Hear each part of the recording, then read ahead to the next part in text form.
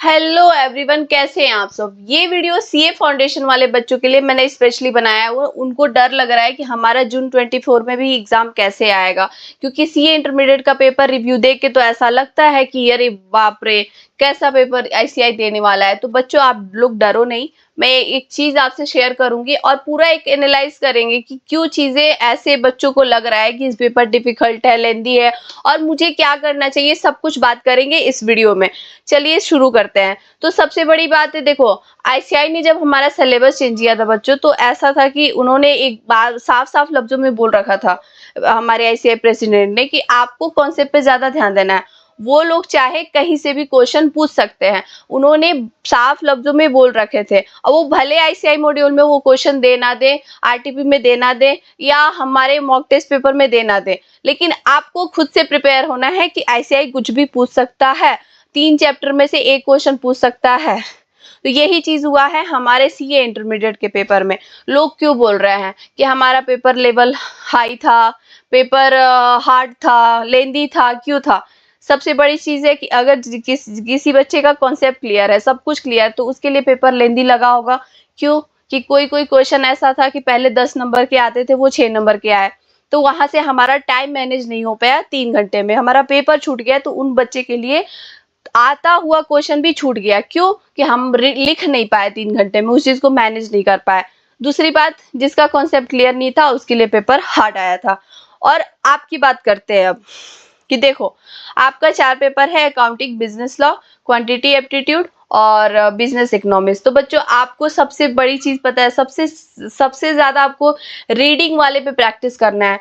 क्या होता है कि हम क्वेश्चन में ना, मतलब हम जैसे एग्जाम हॉल में जाते हैं तो क्वेश्चन पढ़ने में बहुत टाइम लगता है, पढ़ने से ज्यादा उसको समझने में। जब तक अच्छे से क्वेश्चन हम लोग समझते नहीं है, उसको सॉल्व नहीं कर सकते। अगर अच्छे से आप क्वेश्चन सॉल्व मतलब पढ़ते नहीं हो, तो उसको गलत सही लिख के चले आओगे, पता नहीं क्वेश्चन कुछ और मांग रहा है, आप कुछ और दे के चले आए। तो ऐसा होता है जनरली। तो इसीलिए हमको रीडिंग वाले पे, अभी आपके पास 1 महीने का टाइम है, तो आपको क्वेश्चन पढ़िए, मतलब प्रैक्टिस करिए। उसके लिए प्रैक्टिस की जरूरत होती है। ऐसा नहीं कि आपने कॉन्सेप्ट क्लियर कर लिया तो हो गया, आपका नहीं हुआ है। आपको वहां पे जाके परफॉर्म करना है। तो आपको 2 चीजें सबसे ज्यादा जरूरी रखने अभी के डेट में होनी चाहिए, एक रीडिंग प्रैक्टिस और एक राइटिंग प्रैक्टिस।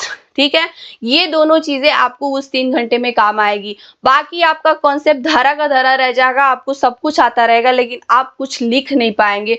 बस इसी वजह से आप पूरा पेपर अटेम्प्ट नहीं कर पाएंगे।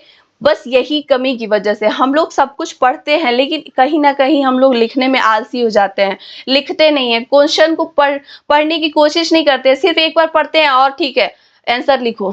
आंसर लिखने पे ज्यादा फोकस करने नहीं, सबसे बड़ी गलती है आंसर लिखने पे फोकस नहीं करना है, क्वेश्चन पढ़ने में फोकस करना है। अब वो क्वेश्चन आप अभी से ही प्रैक्टिस करिए, रिटन प्रैक्टिस करिए, 4 टाइम रिवीजन करिए, मॉक टेस्ट पेपर दीजिए। जितना हो सके अपने हाथ और दिमाग को ज्यादा यूज करना है अभी के टाइम में। जितना सिलेबस हो गया बंद कर दो, अब जितना हो गया उसी को रिवीजन करो, कॉन्सेप्ट पे ध्यान दो, बाकी रीडिंग वाले पे ध्यान दो, बाकी हो जाएगा। आप डेफिनेटली पास होंगे, आपके मार्कशीट में पास जरूर लिखा होगा। आप इस चीज को एंजॉय करो यार, ऐसा नहीं है कि बहुत बर्डन है, पढ़ाई हो रही है। जब आप चीजों में सक्सेस होते जाते हो तो आपको ये वाली जो जर्नी है ना, बहुत खूबसूरत नजर आती है। तो ऐसा इस चीज को एंजॉय करो, पढ़ाई को फेयर तरीके से मत लो। बस ऐसा सोचो कि हम अभी पढ़ रहे हैं, बाद में हमको इसको पे ऑफ मिलेगा। वही बात है। मिलते हैं नेक्स्ट वीडियो में। थैंक यू सो मच, ऐसे ही प्यार देते रहिए। मेरे चैनल को सब्सक्राइब करिए अगर नए हैं तो। मिलते हैं नेक्स्ट वीडियो में। Tata bye bye, take care.